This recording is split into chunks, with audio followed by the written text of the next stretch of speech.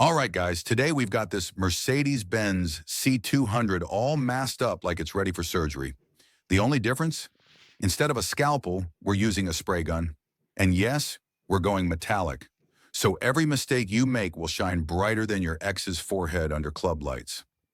Now, before we start spraying, let's talk about the biggest mistakes people make when painting a car. Number one, rushing the prep. If you skip sanding or don't clean the surface properly, your paint will stick about as well as duct tape on wet grass. Number two, spraying too close. That's how you end up with runs, and nobody wants their Benz looking like it's crying. And number three, forgetting the flash-off time. If you stack coats too quickly, congratulations.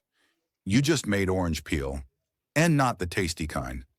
Stick around, because in this video, I'll show you exactly how to avoid these rookie mistakes and make your metallics pop like a showroom finish. And trust me, once you nail this, your neighbors will start asking if you secretly opened a body shop. So here we've got the bumper and bonnet sitting in our little DIY spray booth. Nothing fancy, just warm, simple, and it does the job. Remember, it's not about the booth looking pretty, it's about keeping the dust out and the paint smooth. All right, before we even think about spraying, we've got to give this Mercedes a good wipe down with a microfiber cloth. Now, don't grab that old t-shirt from the back of your cupboard. Microfiber is king. Why? Because it picks up dust, grease, and fingerprints like a magnet without scratching the surface. And trust me, if you skip this step, every little speck of dirt's going to show up in your paint job, and then you'll be blaming the spray gun when it's really just bad prep. So yeah, clean now, shine later. Stay tuned because in a minute, we're going metallic. Okay, time for the first pass of base. But before I go all in, I'm hitting the primer spots first. Why? Because primer areas absorb paint differently than the rest of the panel. If you ignore them, they'll ghost through your finish and ruin that smooth metallic look. So we dust a light coat on those spots, let it settle, and then blend it into the rest of the panel. That way, everything lays down even and consistent. All right, now we let that coat flash off. Give it a breather so the next layer sticks smooth, not soggy. Now I'm going in with the second coat, and this time I'm covering the whole panel. The trick here is keeping the gun at a steady distance, about 6 to 8 inches, and moving at a consistent speed. Too slow and you'll get runs. Too fast and you'll get dry spray. With metallics, overlap your passes by about 70%, so the flakes lay down evenly and the color looks uniform across the bonnet and bumper. This is where the paint really starts to come alive. Now we let the second coat flash off. This step is key so the next layer bonds smoothly without trapping solvents underneath. All right, here comes the dead pass, the final gentle layer of base coat. Think of it like giving your car a soft high five before the big show. You're not adding paint here, just evening out any spots and locking in that metallic goodness. Keep your strokes light and consistent, or you'll smudge the flakes and ruin the sparkle. And for those watching closely, yes, the clear coat moment is coming, so don't blink. It's about to get glossy. Now we let the final base coat flash off. This is crucial because rushing here can ruin the metallic layout and kill that showroom shine we're chasing. All right, time for the moment everyone's been waiting for, the clear coat. This is where the magic really happens, because clear isn't just about shine, it's about protection too. It seals in that metallic base and gives the paint depth, almost like looking into a pool of color. Now for the first coat, we're not going heavy. Think of it like laying the foundation, a medium wet coat that's smooth but not drowning the panel. Keep your spray gun about 6 to 8 inches away, steady hand, consistent passes. And here's the trick. Overlap your strokes by about 70% so you don't get striping or dry patches. Don't be tempted to hose it on.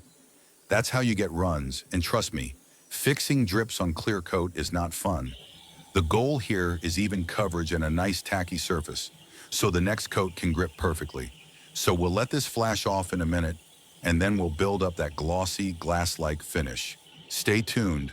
The shine is just getting started. Now we let that first coat of clear flash off. What does that mean?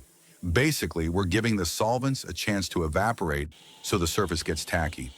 If you rush this step and stack coats too quickly, You'll trap solvents underneath and end up with problems like solvent pop, haziness, or even peeling later on. This is why patience is key. Think of it like letting the paint breathe before you feed it another layer.